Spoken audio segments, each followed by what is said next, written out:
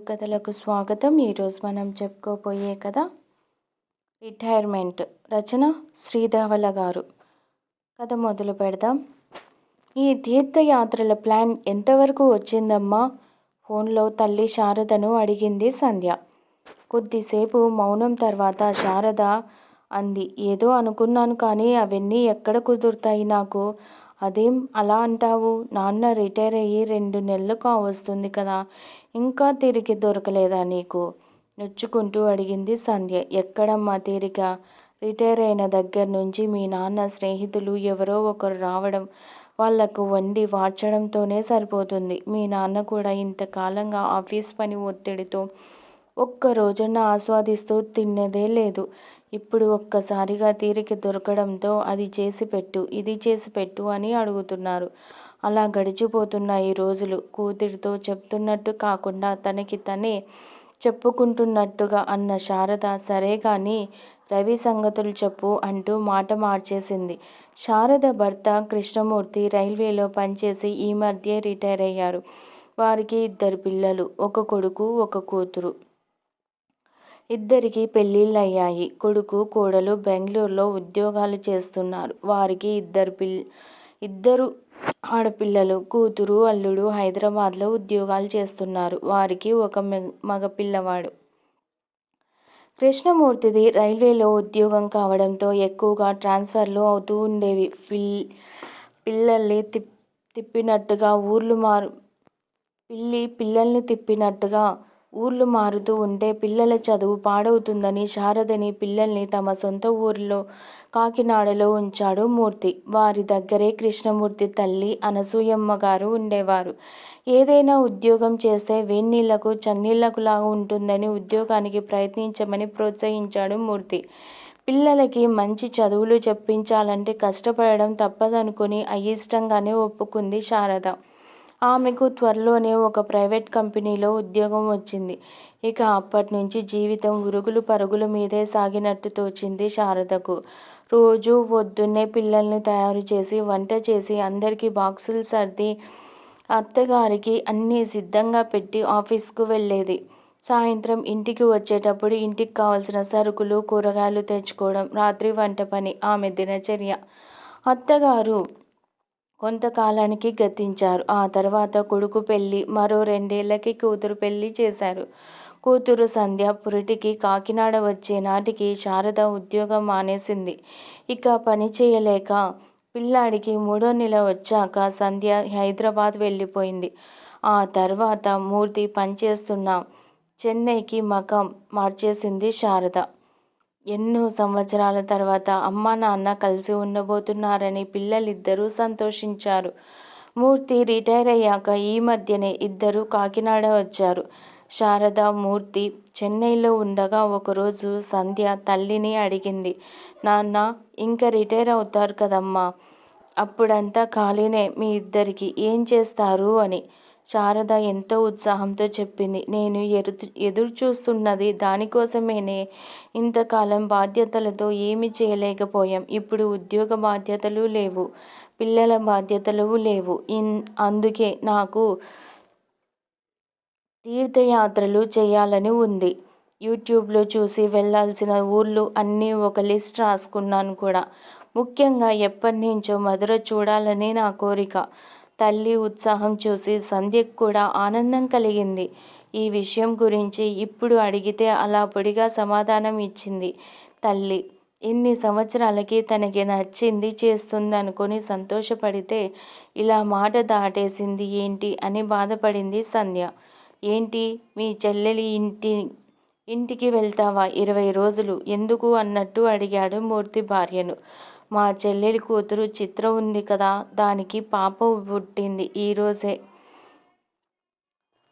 మా చెల్లి రమ్మంది. కాస్త సాయానికి చంటిపిల్లతో చేసుకోవాలంటే దానికి భయంగా ఉందట అక్కని.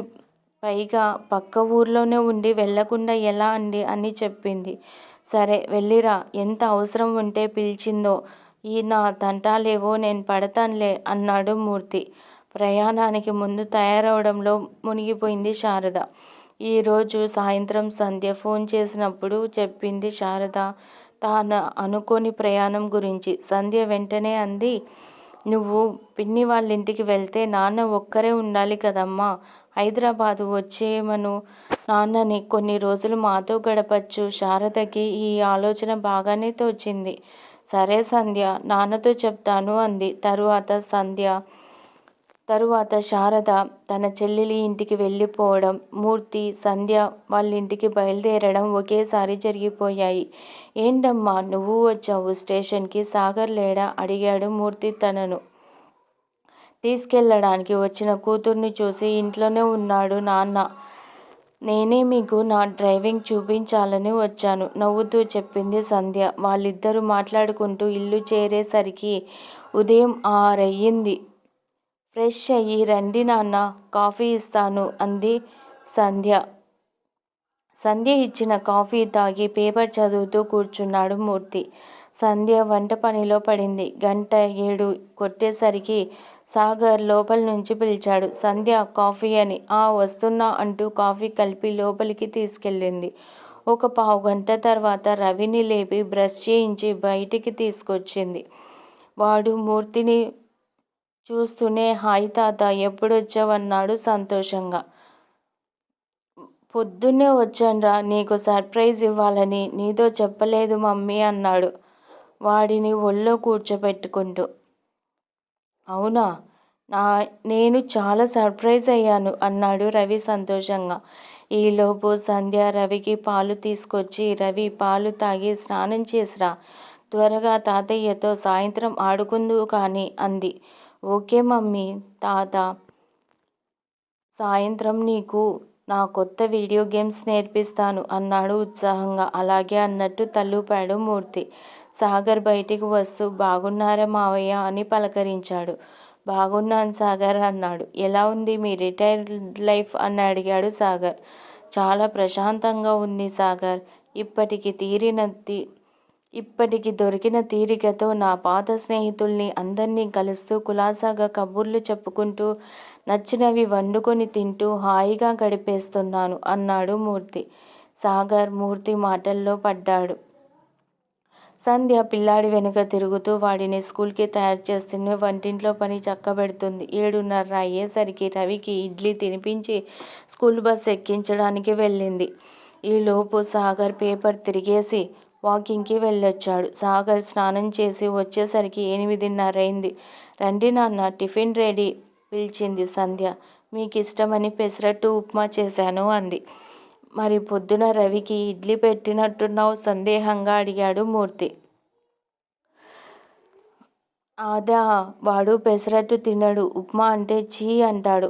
అందుకే వాడికి ఇడ్లీ చేశాను. మీకు సాగర్కి కూడా ఇష్టమని పెసరట్టు చేశాను అంది సంధ్య.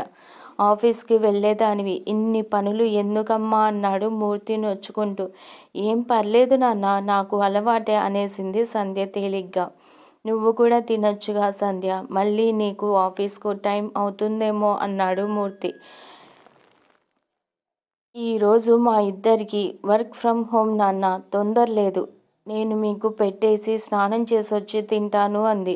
తరువాత సంధ్య స్నానం చేసి వచ్చి అప్పటికే టేబుల్ మీదున్న చల్లారిన పెసరట్టు తింటూ, ఇంకేంటి నాన్న, మీకు కాలక్షేపం బాగానే అవుతుంది అని తండ్రిని అడిగింది. అది సరే కానీ అలా చల్లారినవి తినకపోతే నువ్వు వేడిగా వేసుకోవచ్చు కదమ్మా అన్నాడు మూర్తి. సంధ్య నవ్వుతూ, ఇందాక మీకు వేసినప్పుడు పెన్నం వేడిగా ఉందని నాకు కూడా 2 వేసుకున్నాను నాన్న. మళ్ళీ విడిగా అంటే టైం వేస్ట్ కదా. అయినా ఇదేమైనా కొత్త, నాకు రోజూ అలవాటే అంది చాలా తేలిగ్గా. తండ్రి మనసు బాధపడింది. సాగర్ ఈ సంభాషణ వింటూ కూడా ఏమీ మాట్లాడలేదు. ఫోన్లో ఏదో చూసుకుంటూ ఉండిపోయాడు. తర్వాత సంధ్య ఆఫీస్ పని చేసుకుంటూనే మధ్యలో వచ్చి పని మనిషికి గిన్నెలు వేయడం లాంటి పనులు చేసింది. మూర్తి పుస్తకం చదువుతూ ఇవన్నీ గమనిస్తున్నాడు. పని మనిషి వెళ్ళిపోయాక సంధ్య వచ్చి అరగంటలో గబగబా వంట చేసేసింది. ముగ్గురు కబుర్లు చెప్పుకుంటూ తినేశారు. సాయంత్రం రవిని స్కూల్ బస్ దగ్గర నుంచి మూర్తి తీసుకొచ్చాడు.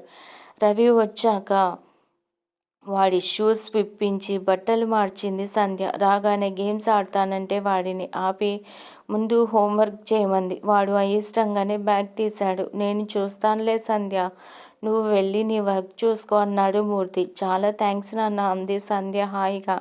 రవి చేత హోంవర్క్ చేయించాక వాడితో కాసేపు వీడియో గేమ్స్ ఆడాడు మూర్తి. ఈలోపు సంధ్య అందరికీ స్నాక్స్ ఇచ్చి టీ పెట్టింది. సాయంత్రం 6 అయ్యేసరికి సాగర్ లోపలి ల్యాప్టాప్ మూసేసి హాల్లోకి వచ్చి పడుకున్నాడు. రవి వాళ్ళ నాన్నతో, నాన్న, ఈరోజు ఫ్రైడే కదా, ఏదైనా మూవీ చూద్దాం అన్నాడు. సరే అలాగే రవి అంటూ సాగర్ టీవీ ఆన్ చేసి ఓటీటీలో కొత్తగా రిలీజ్ అయిన సినిమా ఒకటి పెట్టాడు. ముగ్గురూ చూస్తున్నారు. సంధ్య మాత్రం ఇంకా ఆఫీస్ పనిలోనే ఉంది. 7 అయ్యాక వచ్చి ఏం సినిమా చూస్తున్నారు అంటూ ఒకసారి టీవీలోకి చూసి అంతలోనే అమ్మో టైం 7 అయిందా అంటూ గడియారం చూసి నేను వెళ్ళి వంట చేయాలి బాబు అనుకుంటూ వంటింట్లోకి వెళ్ళింది. 1 గంట అయ్యాక భోజనానికి రండి అంది. ఇక్కడికే తీసుకురా మమ్మీ, సినిమా ఇంకా అవ్వలేదు అన్నాడు రవి. ఓకే అని అన్నీ టీవీ దగ్గరే అమర్చింది సంధ్య. మూర్తి కూడా వెళ్ళి కూతురికి హెల్ప్ చేశాడు. రవి సినిమా పాజ్లో పెట్టి వెళ్ళి నీళ్లు తీసుకురా అని పురమాయించాడు. సరే తాత అని పరుగున వెళ్ళాడు రవి. అందరూ సినిమా చూస్తూ భోజనం ముగించారు. సంధ్య వంటింట్లో అన్నీ సర్దుకొని వచ్చేసరికి సినిమా అయిపోయింది. రవి ఇంక వెళ్ళి పడుకో, రేపు హాలిడే ఉన్నది నాకు నాన్నకి, కానీ నీకు కాదు అంది సంధ్య. సరే మమ్మీ, కానీ రేపు నైట్ మాత్రం నా ఇష్టం వచ్చినంతసేపు చూడనివ్వాలి అంటూ మూర్తికి గుడ్ నైట్ చెప్పి వెళ్ళాడు రవి. ఇంతలో తన ఫ్రెండ్ ఫోన్ చేస్తే మాట్లాడుతూ రూమ్లోకి వెళ్ళాడు సాగర్. ఏంటమ్మా సంధ్య, నీకు ఆఫీస్ వర్క్ ఎక్కువ ఉంటుందా, చాలాసేపు చేసినట్టు కనిపించావు అని అడిగాడు మూర్తి. అదేం లేదు నాన్న, వంట చేయడానికి రవి ఇంటికి వచ్చాక చూసుకోవడానికి మధ్యలో బ్రేక్స్ తీసుకుంటాను కదా, అందువల్ల కొంచెం ఎక్స్ట్రా టైం పడుతుంది నాకు అని చెప్పింది. ఇంతలో సాగర్ వచ్చి సంధ్య, నా ఫ్రెండ్ కిషోర్ తెలుసు కదా, రేపు వాడు తన వైఫ్తో కలిసి హైదరాబాద్ వస్తున్నాడట. కలిసి చాలా రోజులైంది కదా అని మన ఇంటికి లంచ్కు రమ్మన్నాను. ఇలాగూ నీకు రేపు సెలవే కదా అని ఓకేనా అని అడిగాడు. అలాగా, సర్లే, ఎలాగూ రమ్మని చెప్పేశావు కదా, ఏదో ఒక వెరైటీ చేస్తానులే రేపు అంది ఒకంత నీరసంగా. థ్యాంక్స్ అని లోపలికి వెళ్ళిపోయాడు. చూసారా నాన్న, సెలవు రాగానే ఏదో ఒక పని ఇలా వస్తుంది. సర్లే, ఆడవాళ్ళకి తప్పదు కదా, మీకు రిటైర్మెంట్ అయినా ఉంది కానీ మాకు అది ఉండదు అంటూ నిట్టూర్చింది సంధ్య. మూర్తి ఆలోచనలో పడ్డాడు. ఆ మరుసటి రోజు కిషోర్, అతని భార్య వచ్చారు. మర్యాదకి మూర్తి వాళ్ళందరి దగ్గర కూర్చున్నాడు. కానీ మనసంతా ఆలోచనలతో నిండిపోయింది. ఇది వరకు కూడా తాను కొన్నిసార్లు ఇక్కడికి వచ్చాడు, కానీ ఎప్పుడు తన కూతురు ఇంత కష్టపడుతున్నట్టు తనకు తోచలేదు. ఎప్పుడు శారదతో కలిసి రావడం వల్ల తాను అంతగా గమనించలేదా? అయినా తన కూతురు అల్లుడి కన్నా ఎందులో తీసిపోయింది? ఒక్క వయసులో తప్ప ఇంకెందులోనూ తక్కువ కాకుండా ఉండాలనే వెతికి మరీ ఈ సంబంధం చేశాడు. మరెందుకు సంధ్య మాత్రమే అంత కష్టపడుతుంది? ఇది వరకు సాగర్ కూడా ఉన్నట్టు తనకు గుర్తులేదే. అయినా అతని తప్పు పట్టడానికి తనకి ఏం అర్హత ఉంది? తను కూడా ఇంట్లో ఇలాగే ప్రవర్తిస్తాడు. పైగా తన భార్య ఇష్టాయిష్టాలకి ఎక్కువ విలువ ఇస్తాడని మంచి పేరుంది బంధువర్గంలో. ఇక్కడి పరిస్థితులు చూశాక ఇప్పుడు అనిపిస్తుంది తాను శారదకి తగినంత సాయం చేయలేదేమో అని. అవును, తాను ఎప్పుడూ శారదకి ఇంటి పనిలో సాయం చేయలేదు. శారద ఎప్పుడూ అడగలేదు. మరి తనని ఇప్పుడు సంధ్య అయిన సాగర్ని ఒక్క మాట అనడం లేదు కదా. కానీ ఒక తండ్రిగా తన కూతురి కష్టం తన కళ్ళకి కనపడింది. కానీ తనతో ఇన్ని సంవత్సరాలు కష్టంలోనూ సుఖంలోనూ సహచర్యం చేసిన శారద కష్టం తనకెప్పుడూ కనపడలేదు. ఇంత చిన్న విషయం ఇంతవరకు తనకు గ్రహింపుకు రానందుకు చాలా సిగ్గుపడ్డాడు.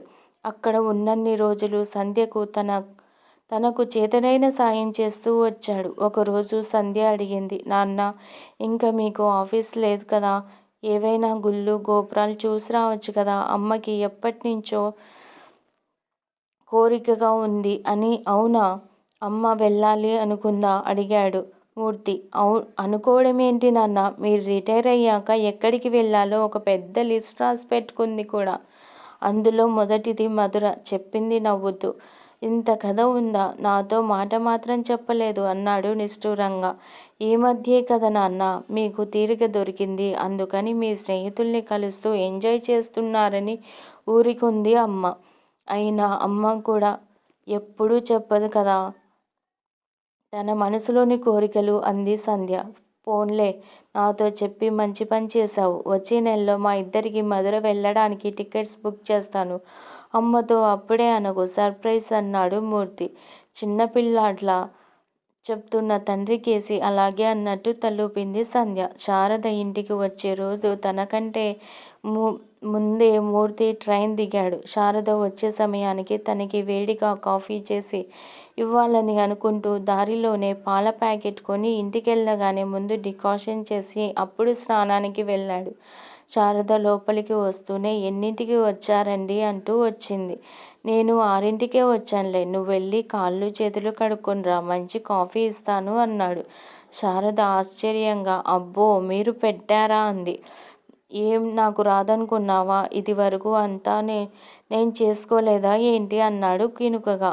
రాదని కాదు అని ఆర్దోక్తిగా ఆపేసింది శారద. కాఫీ తాగుతూ విశేషాలు మాట్లాడుకున్నారు ఇద్దరు. నీకో సర్ప్రైజ్ అన్నాడు మూర్తి.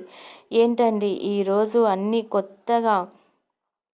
కొత్తగా అంటూ నవ్వేసింది శారద. జీవితంలో కొత్త పాఠాలు నేర్చుకున్నప్పుడల్లా మనం కొత్తగా మారుతూనే ఉంటాం కదా, అది ఏ వయసుకి అయినా వర్తిస్తుంది. సంధ్య వాళ్ళ ఇంటికి వెళ్ళి చూశాకే నాకు నీ కష్టం అర్థమయ్యింది. ఇంతకాలం కేవలం నా కళ్ళతోనే చూశాను, కానీ ఇప్పుడు మనసుతో చూస్తే అర్థమైంది. ఇంటి పనులు ఆఫీస్ పనులతో నువ్వు ఎంత కష్టపడ్డావన్న విషయం అన్నాడు. ఏంటో చాలా కొత్తగా మాట్లాడుతున్నారు. నేను కష్టపడ్డాను నిజమే, కానీ అదంతా మన కుటుంబం కోసమే కదా. మీరు మాత్రం కుటుంబానికి దూరంగా ఉండి కష్టపడలేదా అంది శారద. అవును శారద, అందుకే నాకు రిటైర్మెంట్ ఉంది. కానీ నీకు అది కూడా లేదు. అందుకే ఇక నుంచి మనిద్దరం పనులు పంచుకుంటూ మనం గతంలో టైం లేక చేయలేకపోయిన పనులన్నీ చేద్దాం, సరేనా అన్నాడు మూర్తి.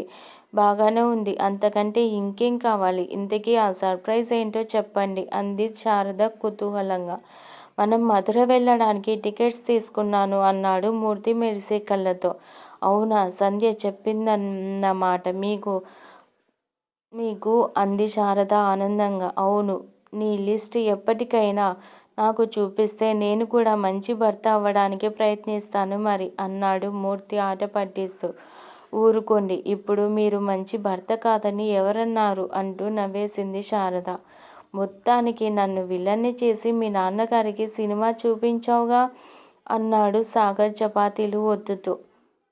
సినిమా కాదు, మా అమ్మ మనసు ఆయనకి అర్థమయ్యేలా చూపించాలి అనుకున్నాను అంతే. మా నాన్న చాలా మంచివారు, కానీ భార్య చెప్పకుండానే తన మనసులో మాట తెలుసుకునే తెలివితేటలు లేవు. మా అమ్మ ఏమో బయటికి చెప్పదు, అందుకే ఈ చిన్న నాటకం అంది చిన్నగా నవ్వుతూ. అయితే మాత్రం ఇప్పుడు వాళ్ళిద్దరూ నన్ను తిట్టుకుంటూ ఉంటారు నిన్ను కష్టపెడుతున్నందుకు అన్నాడు బాధ నటిస్తూ. అయితే ఈసారి మా అమ్మ నాన్న వచ్చినప్పుడు వంట మొత్తం నువ్వే చెయ్యి, నేనేమీ అడ్డు చెప్పను అంది సంధ్య కళ్ళెగరేస్తూ. ఆ వంట తిన్నారంటే ఎప్పటికీ క్షమించరు నన్ను అన్నాడు సాగర్. ఇద్దరు నవ్వుకున్నారు పెద్దగా. ఈ కథ మీకు నచ్చినట్లయితే లైక్ చేయండి, షేర్ చేయండి. కమ్మటి తెలుగు కథల ఛానల్ను సబ్స్క్రైబ్ చేయండి. Thank you very much.